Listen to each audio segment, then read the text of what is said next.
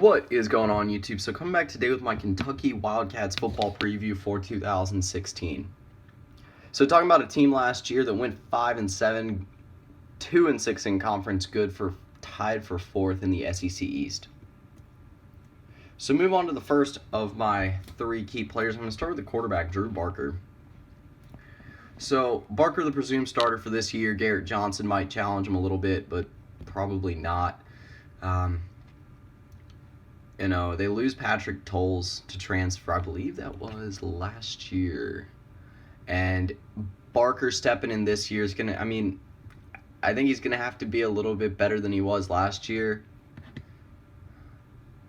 And, 35 of 70, 364 yards, 1 touchdown, 2 interceptions in 2 starts last year. Also, Kentucky's not more of a passing team, they're more of a running team, and that's what I'm getting into next, and that is Stanley Williams. So, Williams, a guy who could be one of the best running backs in the SEC East this year, which does a lot because the SEC East has a lot of good running backs. Now, it's not just him. They have an entire stable of running backs that are all pretty good. JoJo Kemp, Michael Horton, just a few to name. But again, you figure with the way this offense worked last year that Boone Williams is probably going to be at least carrying the load for the offense for the most part. So my third key player moving over to the defense is Courtney Love. The Nebraska transfer coming in, expected to plug one of the many holes that are left in the front seven. He will be starting at middle linebacker alongside Denzel Ware, the redshirt sophomore, and then presumably Jordan Jones at weak side linebacker. So Courtney Love, in my mind, is expected to come in and just take over this job immediately. This is going to be a young front seven, I didn't mention this yet. I'll get more into it with my X factors, but this front seven only returns one starter from last year, so got a lot of inexperience up there. So get into the first of my two X factors, and I'm going to start with what I was just talking about, and that's replacing the starters on the front seven. Just because they're getting replaced doesn't mean they won't be good by any sense of the word. This is a front seven that I think still has talent. Courtney Miggins is a senior. Matt Elam starting next to him at nose tackle is a junior. I think Matt Elam's actually one of the names to watch out for this year for Kentucky. And also Denzel Ware, I think you'll be hearing that name a lot this year as well.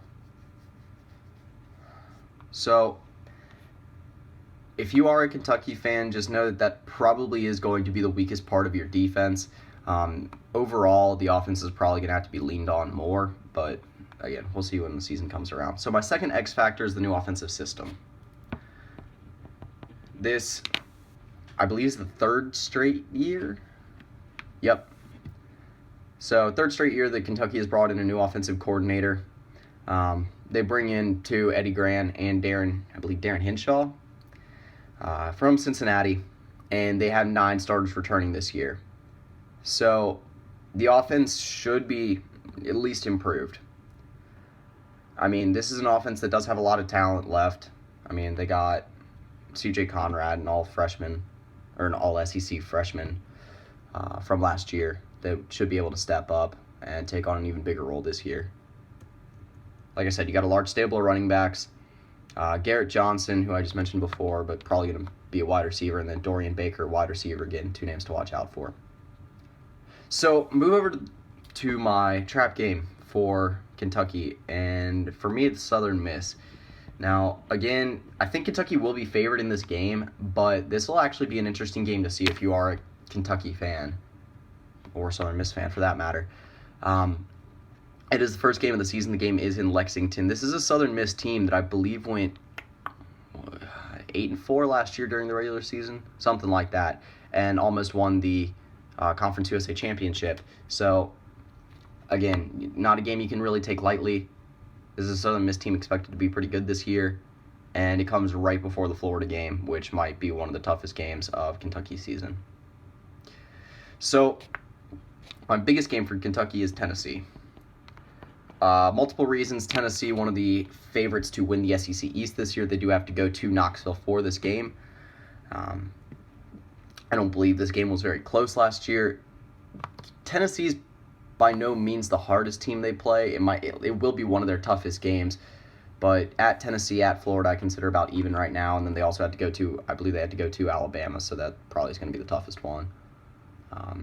Last year, this team started out pretty good. I believe they started out 5-1. They were looking really solid. Wins against Mizzou, South Carolina. They had almost beat Florida, and then the Auburn game hit, and it was just kind of downhill from there. They lost to Tennessee 52-21 last year, so again, not going to be an easy opponent in 2016.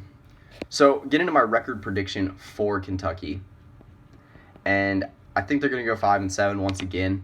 I think you're looking at a very straight path for Kentucky for football this year. I think 4 to 6 wins is literally like the window. I think this team has one of the most fixed windows of over/under for wins that I think you could possibly find. This team can start out 3-1 this year. South Carolina might be a tough one, but they get Southern Miss and then New Mexico State at home for the third game. At Alabama is probably gonna be a tough one to win. But then you get Vanderbilt at home, winnable game. Mississippi State at home, you might not be favored, but still winnable game. At Mizzou, winnable game. And then second to last game of the season, Austin Peay, winnable game. So that pretty much does it for my Kentucky preview for 2016. I'll be coming back later today with my Vanderbilt preview, but that's pretty much it. See ya.